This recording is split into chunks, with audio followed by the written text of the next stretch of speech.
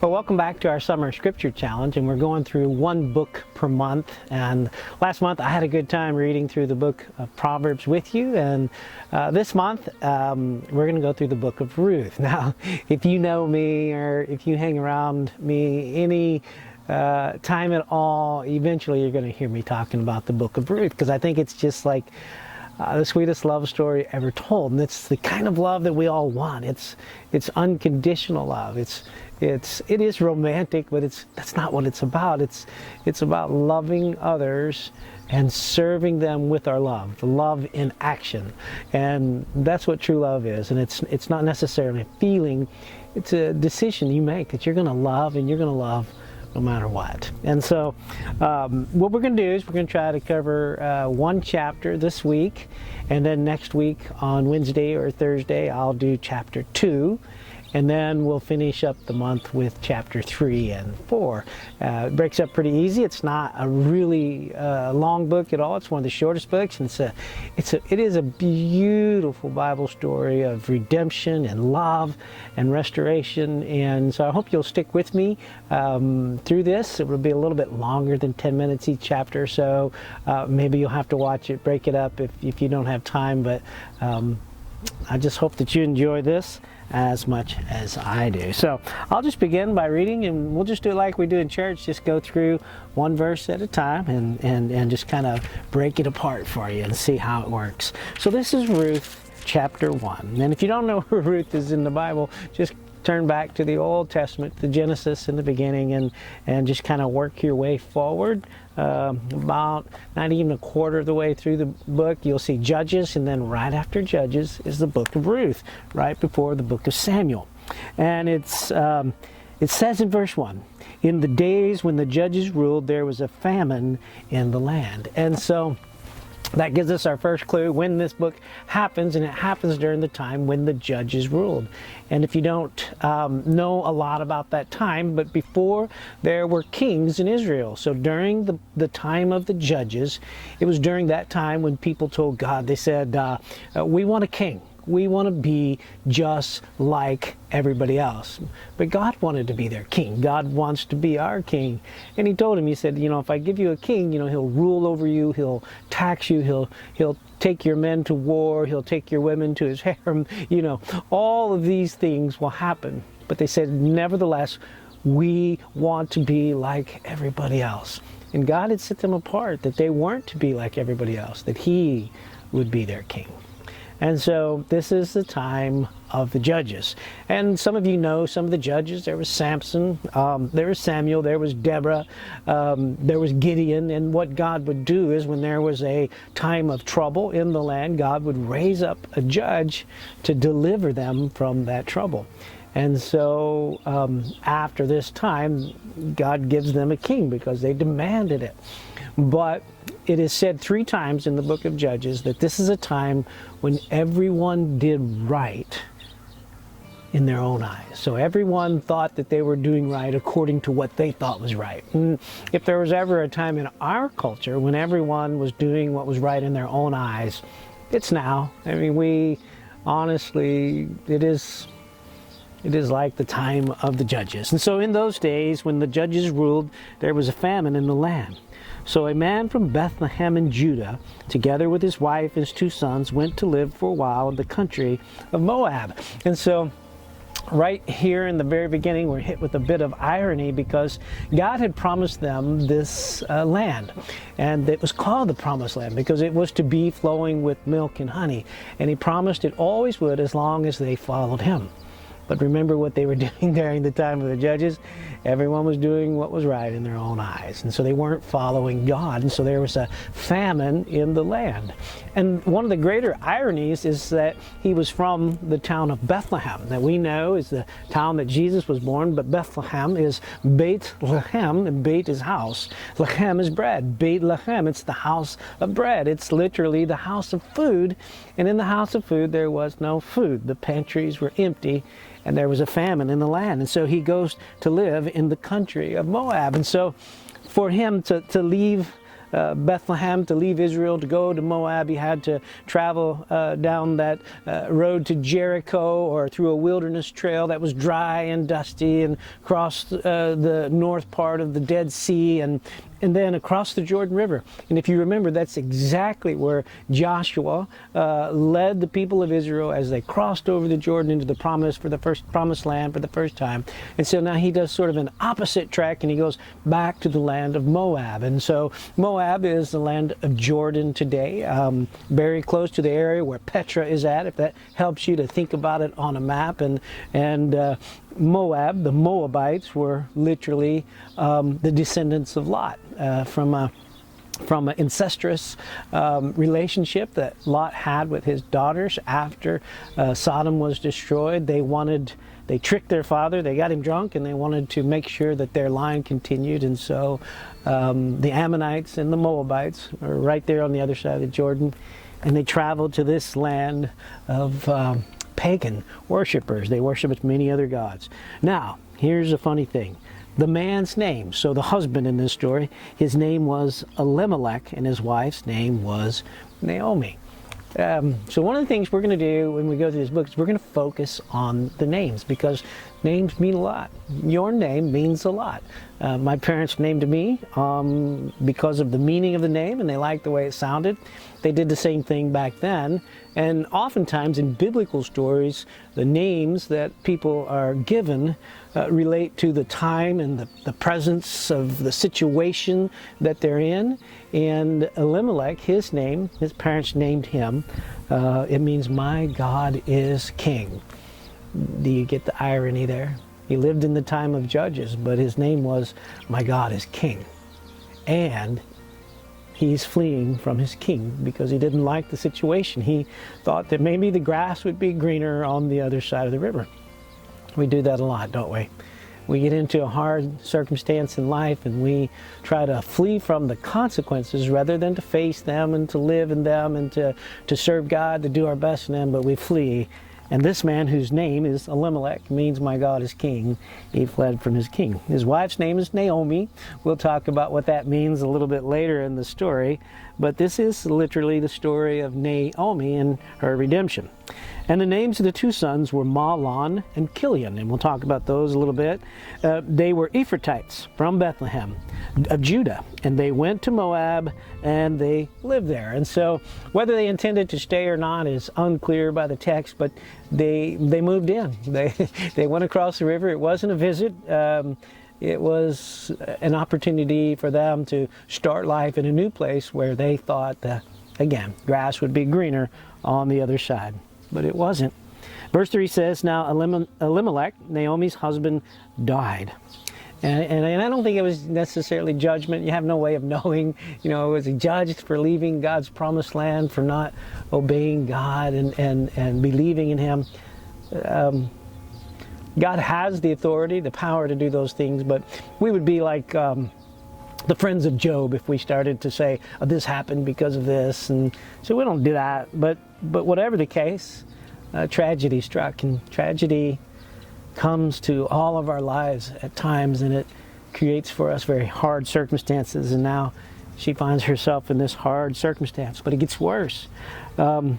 She was left with her two sons, and they married Moabite women. So they lived there for a long time, over 10 years we know. They married Moabite women, one named Orpah and the other Ruth.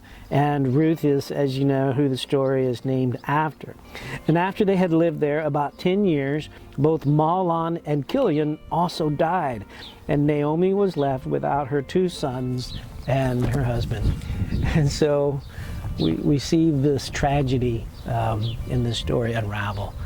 Imagine your safety, your security, your love, your children, everything that you live for, everything that you have hope in was taken away.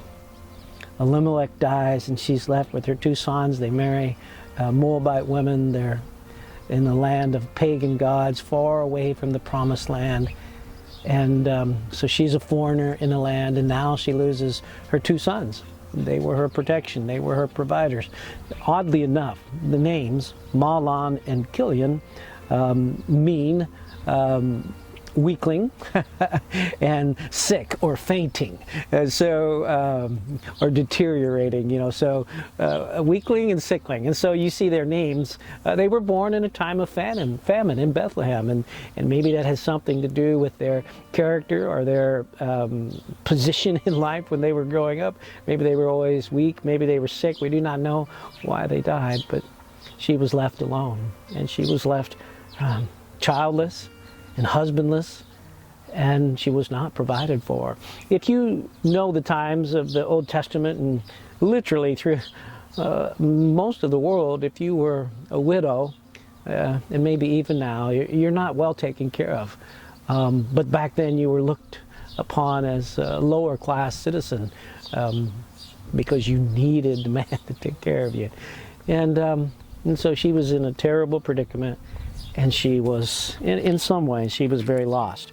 But she had heard that God had brought food back to the land of Bethlehem. And I know all these years she must have longed to want to be home with her friends. We all get that feeling when we're away from home for a long time. So in verse 6, when Naomi heard in Moab that the Lord had come to the aid of his people by providing food for them, she and her daughter-in-laws prepared to return home from there. And so she's taking her daughter-in-laws with her. They're connected to her. And I don't know why. I can only imagine that she lived for God, and they saw something special in her. And that's the way it should be for us. If you follow Jesus Christ, especially in a time of the world right now where people think that Christians are hypocrites and they don't love, and they think that their morality is right. Well, we need to live in a way that others see us as set apart from the world, but yet there's something special about us. Jesus said that they would know me by my love, and the reason they would know our love is if it came from us. And so that's our great struggle, to be loving in a culture that seems to not agree with us. You understand that there's a way that God says to do things, and there's a way that our culture says to do things. They're not the same. And so we can look like total jerks and total hypocrites, or we can love people where they're at, like Jesus did. I mean, it's simple. I don't know if it's simple, but follow Jesus Christ. Walk like Christ did, and we strive to do that more and more every day. And the more we walk like Christ, the more people will see Christ in us, and they'll want to be with us to understand what it is that gives us peace in the storm, and love when people are not easy to love.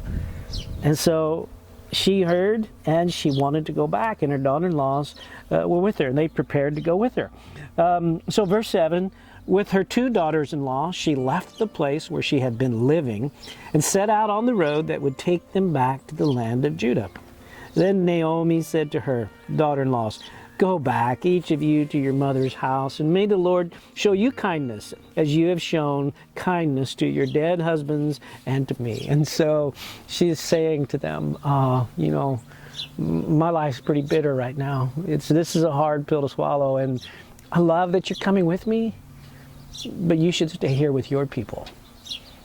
I know what it's like to travel to a foreign land and be all alone, and that's what would happen if you came with me. So go back to your families. Go, be with the people that you're closest to.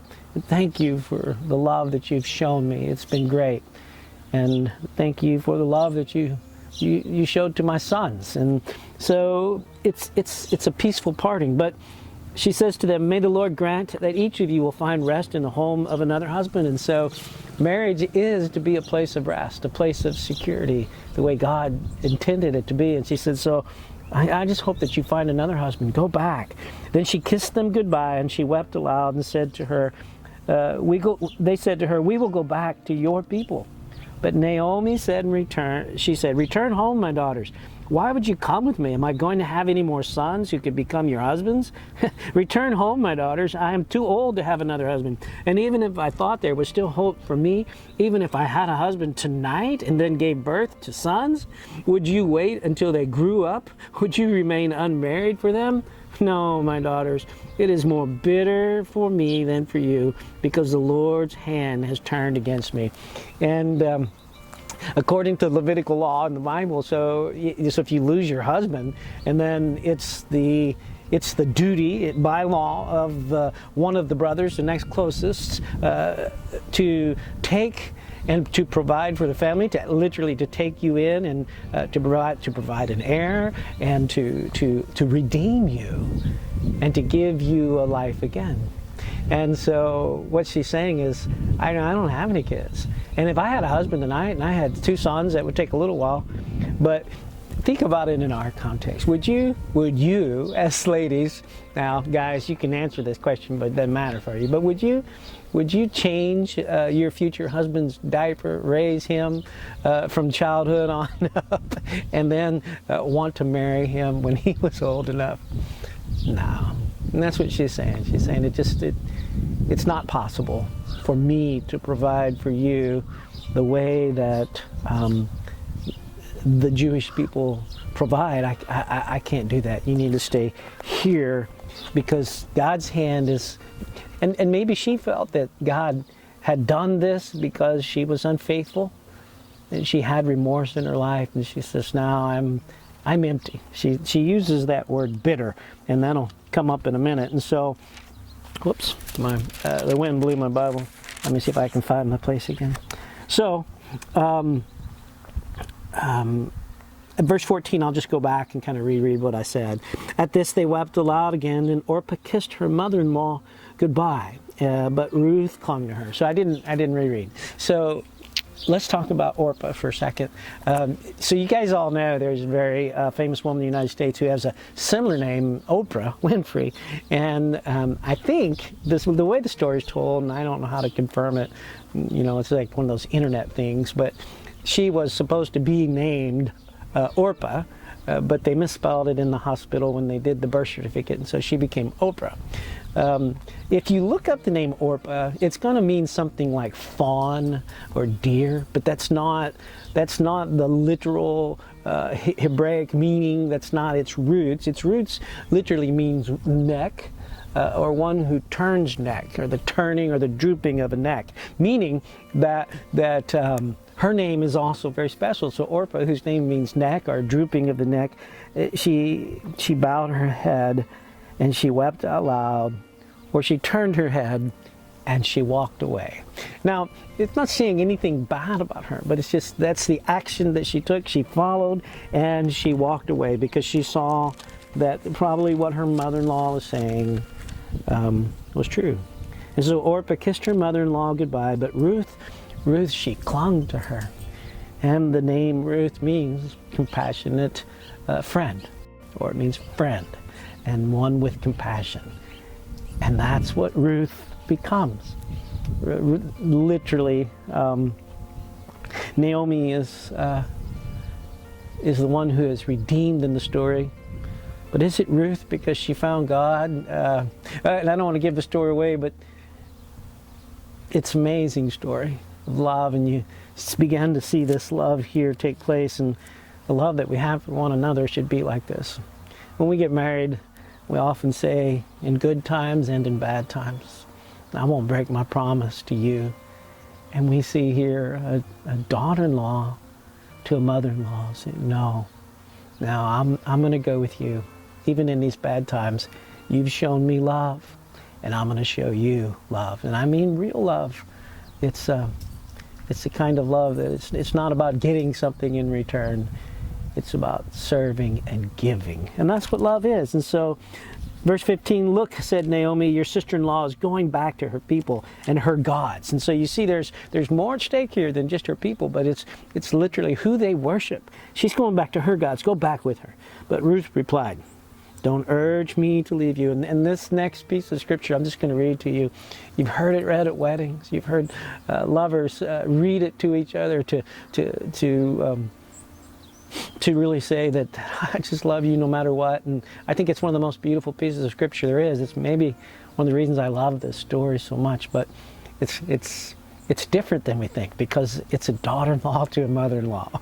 And so next time you're at a wedding and they read this, just think of it in its original context. It won't take away from the sentiment, but it is a little different than we thought. So Ruth replied, don't urge me to leave you or to turn back from you. Where you go, I will go. And where you stay, I will stay. Your people will be my people. And your God, my God. And so you see, this is about transformation in her life. She is finding the God of heaven, the one true God. She says, where you die, I will die, and there I will be buried. And may the Lord deal with me, be it ever so severely, even if death separates you and me. And when Naomi realizes that Ruth is determined to go with her, she stopped urging her. And so they make this trek back to Bethlehem together, back across the dry desert and through the wilderness and across the Jordan River and up through the valleys near Jericho and past Jerusalem and then on into Bethlehem. And so the two women went until they came to Bethlehem. And when they arrived in Bethlehem, the whole town was stirred because of them. And the women exclaimed, can this be Naomi? And so it sounds like maybe they didn't even recognize her, that the years had been so hard, or she had changed so much that she was a different person. Maybe she was just young when she left, and now through life she's old. And this is what Naomi says. So the name Naomi means sweet. It means pleasant. Pleasant is probably the best translation of the root word for Naomi. It means pleasant. But she said, don't call me Naomi. She told them, call me Mara, because the Almighty has made me very bitter. I went away full, but the Lord has brought me back empty. Why call me Naomi? The Lord has afflicted me. The Almighty has brought misfortune upon me. So she says, why? Don't call me pleasant, call me Mara, which means, and it's that word she's used several times, bitter. Don't call me pleasant, call me bitter. And I think that's what can happen to us. I notice in life that people, through hard times and circumstances in life, especially when, I have a lot of older friends, and most of my older friends they are like Naomi. They are pleasant.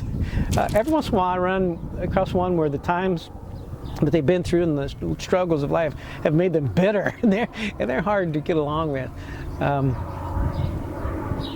When we started to have grandkids, you gotta get a grandpa name and a grandma name, and I'm Grumps, and so the whole family they're just hoping that's ironic, like my dad, he's like in his older age, he's in his 90s now, and he can't see very well, he can't hear very well, he forgets some things, but he's happy. He's not grumpy, he's pleasant. And I hope that's what I am too through life, pleasant, that I allow the Lord's grace to move through me gently, and I become a more graceful person and not a more bitter person, because life will do that. But if you rest in the Lord and you hope in Him and you have grace and mercy that guide you, and loving kindness, true love for others, I promise you to walk as a pleasant and not a bitter person, a graceful person is the way to walk. And so she comes back and she's feeling empty. And verse 22 is the final verse, says, so Naomi returned from Moab, accompanied by Ruth the Moabite, her daughter-in-law, arriving in Bethlehem as the barley harvest is beginning. And so we'll close chapter 1 there at the end, and we'll do chapter 2 next week. I hope you join me back, because we're going to meet the most interesting, to me, the most interesting character in this, and it's a man. His name is Boaz. If you want to look that up, go ahead and look that up. But I'll just tell you right now, every man should want to be a Boaz. Every woman should want her daughter, every father should want her daughter to marry a Boaz, and every daughter should want to grow up and should be praying that God would bring a Boaz into her life. And so I'll just leave that there. I'm not good at cliffhangers, but that's the best I can do. God bless you all, and we'll see you next week.